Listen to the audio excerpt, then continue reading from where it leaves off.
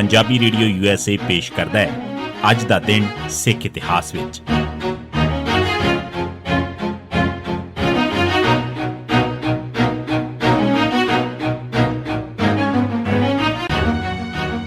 ਸਿੱਖ ਇਤਿਹਾਸ ਦੀਆਂ ਘਟਨਾਵਾਂ 'ਚ 12 ਜੂਨ ਦਾ ਦਿਨ 1958 ਜਲੰਧਰ 'ਚ ਸਿੱਖ ਸਟੇਟ ਕਾਨਫਰੰਸ ਕੀਤੀ ਗਈ।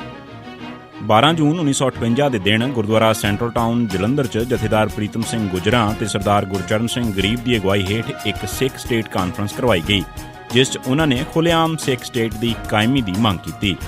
ਸਿਰਫ 5 ਮਹੀਨੇ ਪਹਿਲਾਂ ਹੀ ਇਸੇ ਪ੍ਰੀਤਮ ਸਿੰਘ ਗੁਜਰਾਂ ਨੇ ਅਕਾਲੀ ਦਲ ਵਿਰੁੱਧ ਨਿਊ ਮਾਲਵਾ ਅਕਾਲੀ ਦਲ ਬਣਾਉਣ ਵਿੱਚ ਵੀ ਰੋਲ ਅਦਾ ਕੀਤਾ ਸੀ। 1960 ਦਿੱਲੀ 'ਚ ਸਿੱਖਾਂ ਨੂੰ ਜਲੂਸ ਕੱਢਣੋਂ ਰੋਕਣ ਲਈ ਵਹਿਸ਼ੀ ਜ਼ੁਲਮ। 22 ਮਈ ਦੀ ਅੰਮ੍ਰਿਤਸਰ ਦੀ ਕਨਵੈਨਸ਼ਨ 'ਚ ਅਕਾਲੀ ਦਲ ਨੇ ਐਲਾਨ ਕੀਤਾ ਕਿ ਪੰਜਾਬੀ ਸੂਬੇ ਦੇ ਸਬੰਧ 'ਚ ਲੋਕਾਂ ਨੂੰ ਜਾਣਕਾਰੀ ਦੇਣ ਵਾਸਤੇ ਪ੍ਰਚਾਰ ਕੀਤਾ ਜਾਏ ਤੇ ਇਸ ਸਬੰਧ 'ਚ 12 ਜੂਨ 1960 ਦੇ ਦਿਨ ਦਿੱਲੀ 'ਚ ਇੱਕ ਜਲੂਸ ਕੱਢਿਆ ਜਾਏ। ਭਾਰਤ ਤੇ ਪੰਜਾਬ ਸਰਕਾਰ ਨੇ 12 ਜੂਨ ਨੂੰ ਦਿੱਲੀ 'ਚ ਕੱਢੇ ਜਾਣ ਵਾਲੇ ਜਲੂਸ ਨੂੰ ਰੋਕਣ ਵਾਸਤੇ ਸਕੀਮਾਂ ਘੜਨੀਆਂ ਸ਼ੁਰੂ ਕਰ ਦਿੱਤੀਆਂ।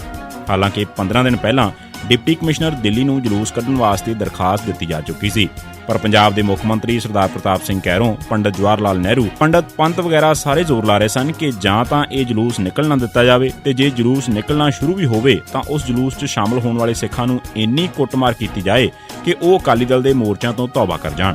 ਪੰਜਾਬ ਸਰਕਾਰ ਨੇ ਪੰਜਾਬ 'ਚ ਹਰ ਰੇਲਵੇ ਸਟੇਸ਼ਨ ਤੇ ਪੁਲਿਸ ਦਾ ਪਹਿਰਾ ਬਿਠਾ ਦਿੱਤਾ।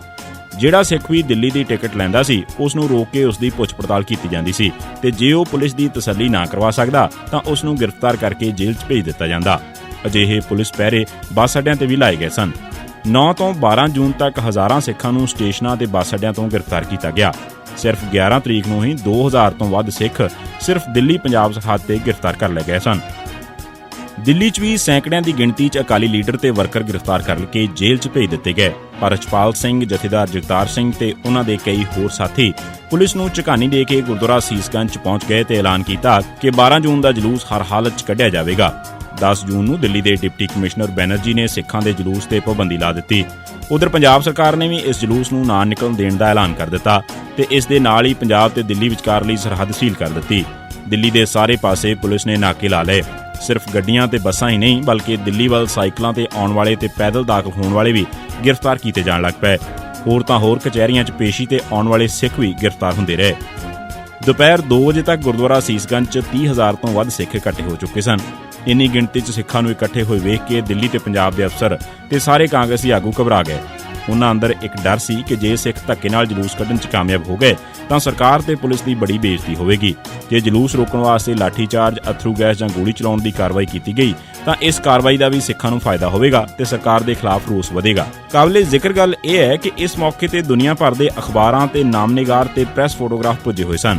ਉਸ ਜਗ੍ਹਾ ਲੱਗੇ ਇੱਕ ਸਪੀਕਰ ਤੋਂ ਅਚਾਨਕ ਐਲਾਨ ਕੀਤਾ ਗਿਆ ਕਿ ਸਰਕਾਰ ਨੇ ਜਲੂਸ ਕੱਢਣ ਦੀ ਇਜਾਜ਼ਤ ਦੇ ਦਿੱਤੀ ਹੈ। ਇਸ ਤੇ ਸਿੱਖ ਜੈਕਾਰੇ ਗੁਜਾਉਂਦੇ ਲਾਲ ਕਿਲੇ ਵੱਲ ਵੱਧ ਗਏ। ਥੋੜੀ ਦੂਰੀ ਤੇ ਭਾਰੀ ਗਿਣਤੀ 'ਚ ਪੁਲਿਸ ਖੜੀ ਹੋਈ ਸੀ। ਜਿਉਂ ਹੀ ਜਲੂਸ ਉੱਥੇ ਪਹੁੰਚਿਆ, ਪੁਲਿਸ ਨੇ ਸਿੱਖਾਂ ਨੂੰ ਫੜ ਕੇ ਗੱਡੀਆਂ 'ਚ ਭਰਨਾ ਸ਼ੁਰੂ ਕਰ ਦਿੱਤਾ। ਕੁਝ ਹੀ ਮਿੰਟਾਂ 'ਚ ਸੈਂਕੜੇ ਸਿੱਖ ਗ੍ਰਿਫਤਾਰ ਕਰਕੇ ਜੇਲ੍ਹ ਪਹੁੰਚਾ ਦਿੱਤੇ ਗਏ। ਦਰਅਸਲ ਜਲੂਸ ਦਾ ਇਹ ਰੂਟ ਹੀ ਨਹੀਂ ਸੀ। ਜਲੂਸ ਨੇ ਘੰਟਾ ਘਰ ਵੱਲ ਜਾਣਾ ਸੀ। ਸ਼ਾਮ ਦੇ 4 ਵਜੇ ਦੱਸੇ ਹੋਏ ਵਕਤ ਤੇ ਹਰਬੰਸ ਸਿੰਘ ਫਰੰਟਿਜ ਮੇਲ ਦੀ ਅਗਵਾਈ ਹੇਠ 4 ਸਿੱਖਾਂ ਦਾ ਪਹਿਲਾ ਜੱਥਾ ਕਾਲੇ ਚੋਲੇ ਪਾ ਕੇ ਨਿਕਲਿਆ ਤੇ ਪਾਠ ਕਰਦਾ ਹੋਇਆ ਘੰਟਾ ਘਰ ਵੱਲ ਚਲਾ ਗਿਆ। ਥੋੜੀ ਦੂਰ ਜਾ ਕੇ ਉਹਨਾਂ ਦਾ ਸਾਹਮਣਾ ਪੁਲਿਸ ਦੀ ਵੱਡੀ ਧਾੜ ਨਾਲ ਹੋਇਆ।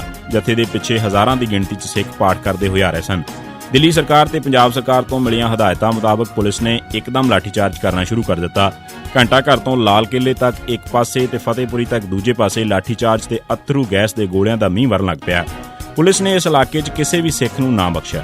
ਗੁਰਦੁਆਰਾ ਸੀਸਗੰਜ ਦੇ ਸਾਹਮਣੇ ਆ ਕੇ ਵੀ ਪੁਲਿਸ ਨੇ ਪੁਰਅਮਨ ਖੜੇ ਹੋਏ ਸਿੱਖਾਂ ਤੇ ਲਾਠੀਚਾਰਜ ਕੀਤਾ।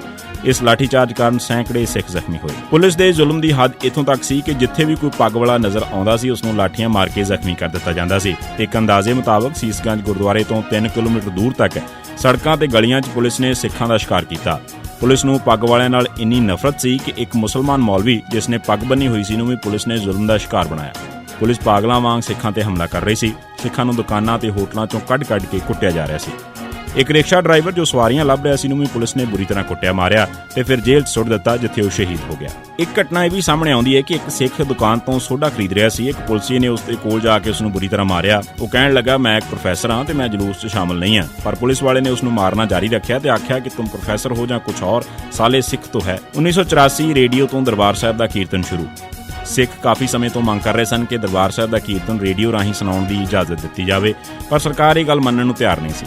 ਦਰਬਾਰ ਸਾਹਿਬ ਤੇ ਹੋਏ ਹਮਲੇ ਮਗਰੋਂ ਸਿੱਖਾਂ ਦਾ ਧਿਆਨ ਹਟਾਉਣ ਵਾਸਤੇ ਸਰਕਾਰ ਨੇ ਆਪਣੇ ਆਪ 12 ਜੂਨ 1984 ਦੇ ਦਿਨ ਤੋਂ ਦਰਬਾਰ ਸਾਹਿਬ ਦਾ ਕੀਰਤਨ ਰੇਡੀਓ ਤੋਂ ਰਿਲੇ ਕਰਨਾ ਸ਼ੁਰੂ ਕਰ ਦਿੱਤਾ। ਪਹਿਲੇ ਦਿਨ ਕੀਰਤਨ ਸ਼ੁਰੂ ਹੋਇਆ ਤਾਂ ਨਾਲ-ਨਾਲ ਗੋਲੀਆਂ ਚੱਲਣ ਦੀ ਆਵਾਜ਼ ਵੀ ਸੁਣਾਈ ਦਿੰਦੀ ਸੀ। ਇਹ ਸਨ ਸਿੱਖ ਇਤਿਹਾਸ ਦੀਆਂ ਘਟਨਾਵਾਂ 'ਚ 12 ਜੂਨ ਦਾ ਦਿਨ। ਸੁਣਦੇ ਰਹੋ ਪੰਜਾਬੀ ਰੇਡੀਓ USA।